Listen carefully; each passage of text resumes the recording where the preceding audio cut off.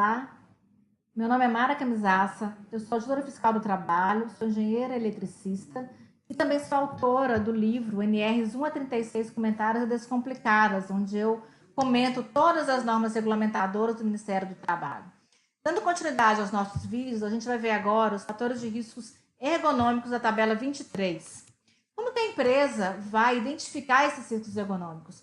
Bom, a gente sabe que a NR 17 determina que cabe ao empregador realizar a análise ergonômica do trabalho para avaliar a adaptação das condições de trabalho às características psicofisiológicas dos trabalhadores, sendo que essa AET, essa análise ergonômica do trabalho, deve abordar no mínimo as condições ambientais, as condições de trabalho, conforme disposto na NR 17. Então, o empregador ele deve elaborar essa análise ergonômica e, a partir da análise ergonômica, ele vai ter condição de identificar os riscos ergonômicos presentes no seu ambiente de trabalho. Existe um questionamento muito grande por parte das empresas, dos profissionais, sobre quem deve elaborar a ET.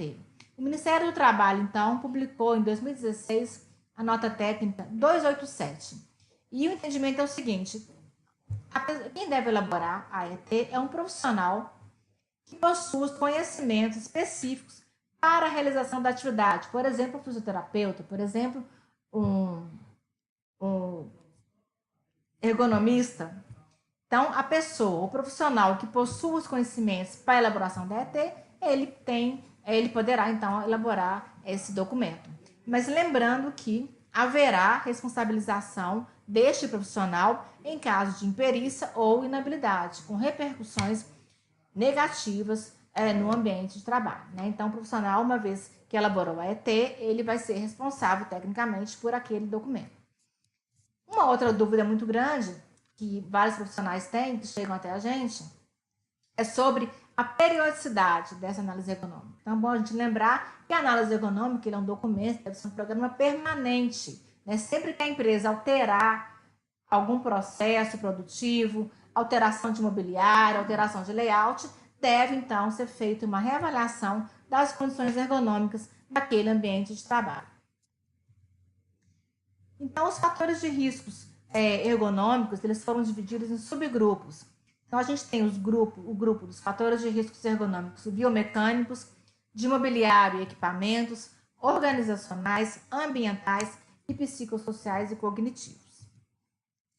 Quero chamar a atenção de vocês sobre os fatores de riscos ergonômicos ambientais dos códigos 005 e 006, que se referem às condições de trabalho com eliminação inadequada.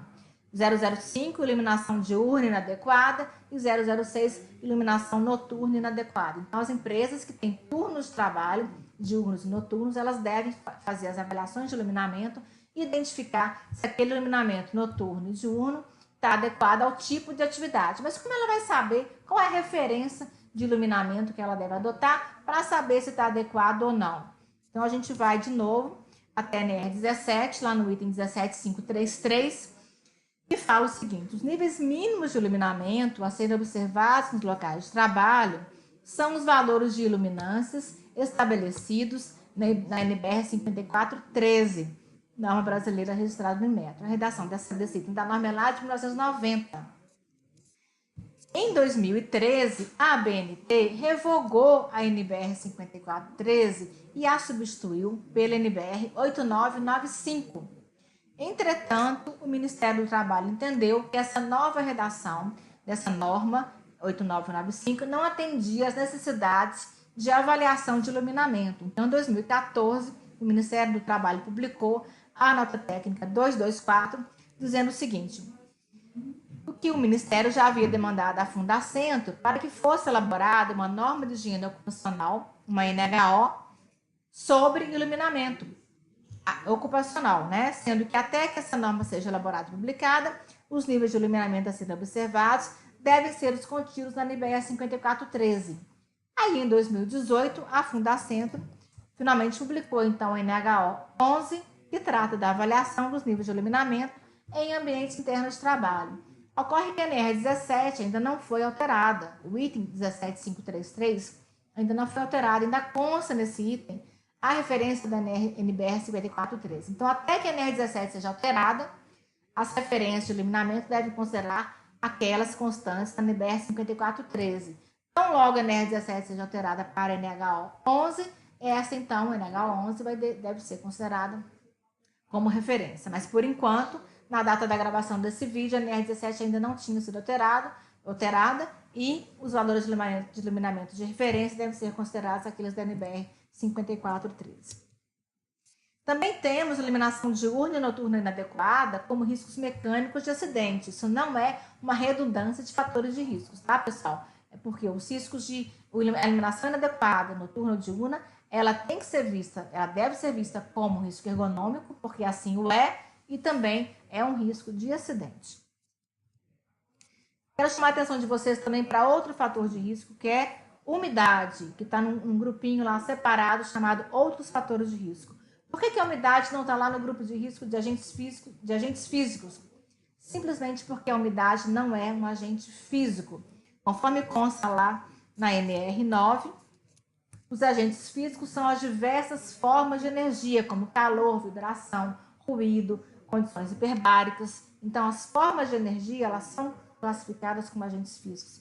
Umidade não é agente físico. Umidade é aquela umidade que a gente encontra em ambientes alagados, encharcados, conforme previsto lá no anexo 10 da NR15, não é agente físico.